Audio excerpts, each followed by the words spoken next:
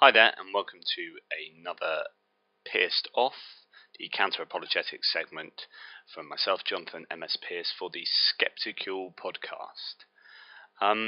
This week I'm going to talk about some fundamental philosophy, and it kind of annoys me quite often when people talk philosophy. So, for example, on a popular sort of religion, politics, and sort of philosophy program called The Big Questions on the BBC on Sunday morning. They talk about, was it right to torture here? Was it, do you have to be religious to be moral, and this and that, and all these kind of really big questions. And they argue on the veneer, up here on the surface, and they say, well, yes, and they argue either way, and they get these panelists to discuss it and then put it out to the audience, and they never really get to the core fundamental issues, which is a philosophical necessity to really be able to establish your case. And I want to talk today about those fundamentals of philosophy, and in fact, these are abstract ideas.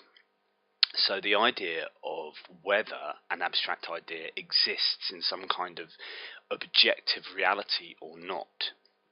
Now, I'm going to lay my cards on the table. I'm what you would call a conceptualist or a conceptual nominalist. So I deny the existence of abstract ideas. And I do that on the basis of some thought which I'm going to go through now. And this has really big implications for everything from philosophy, from morality to things like the clown cosmological argument, and whether certain things and labels objectively exist. So let's think about something like a chair. Now we might say that this chair here began to exist.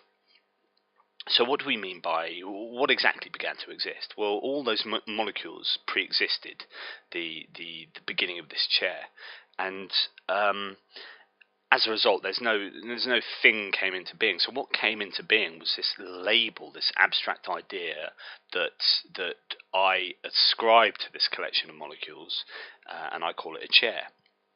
Now the question is, does chair as a label exist objectively? And by objectively I mean mind independently. So is there this idea of chair out there in some kind of other dimension, abstract dimension? So Plato gave rise to the school of thought of Platonic realism. So the idea that there were these perfect forms of these real things in an abstract sense. Now, I deny Platonic realism or realism in general with regards to these kind of ideas. So the chair, if I, this particular chair, does it exist objectively? If I cut maybe one of the legs off, or half a leg off, or 1,000 molecules, or one molecule, or if I added to it, is it still a chair? And is it a chair to someone in an Amazonian tribe who might look at that and say, oh, that makes if I lie that down, that makes a really good bed or something. So therefore, you're really playing with the idea of what is real, in abstract terms, what is real about this, and is it just a bunch of concepts that we have individually in our heads, and a lot of us agree on because we come from the same culture and because we have very similar brains, but in reality there is only a kind of consensus agreement. It doesn't really exist objectively. So the chair, an alien that came down a cat would have a different concept of what this thing really is. And if you believe in some kind of Platonic realism, does that mean that every concept a human can possibly conceive of has to somehow pop into existence? So that seems just a wholly bizarre idea. So therefore, is there this universal idea of maybe chairness that exists? And again, for very similar reasons, I can't really see how this abstract universal idea of chairness would exist out there in this abstract realm. So I see these things as fundamentally conceptual.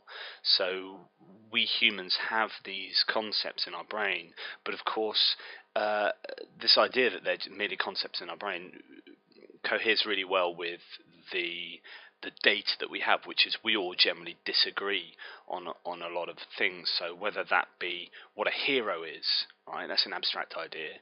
I might think a hero is this kind of person, and the next person might think a hero is it has a completely different idea of a hero.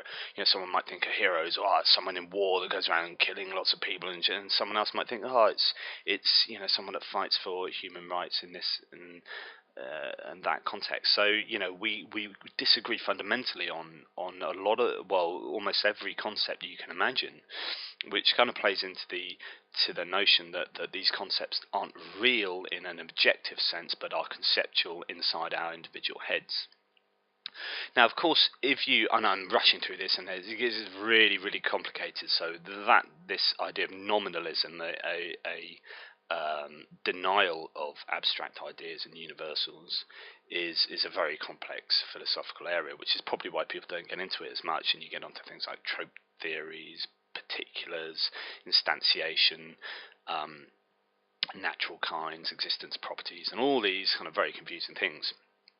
But let me just say that I think it's the most reasonable conclusion personally is that of nominalism or conceptual nominalism, such that these things don't exist. And the reason why I think it's fundamental, and in fact, you see these discussions on TV or debates, and they argue on the veneer, as I said, talking about, well, this is real, is this, this, is it wrong to murder a baby, is it objectively, and no one likes to admit that it's not objectively wrong to murder a baby, but they don't actually look at what does it mean to say something is objectively wrong. What is an objective moral law made of? Ontologically, existence-wise, what is it?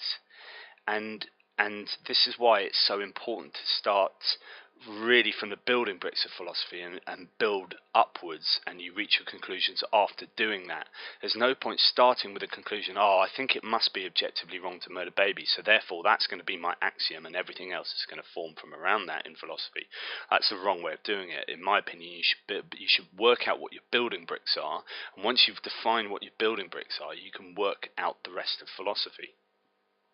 So when we look at morality, when we say that this is a moral law, it's objectively morally wrong to do that, of course, it's kind of meaningless if the sense of objective morality or a moral law is, by its very definition, a concept.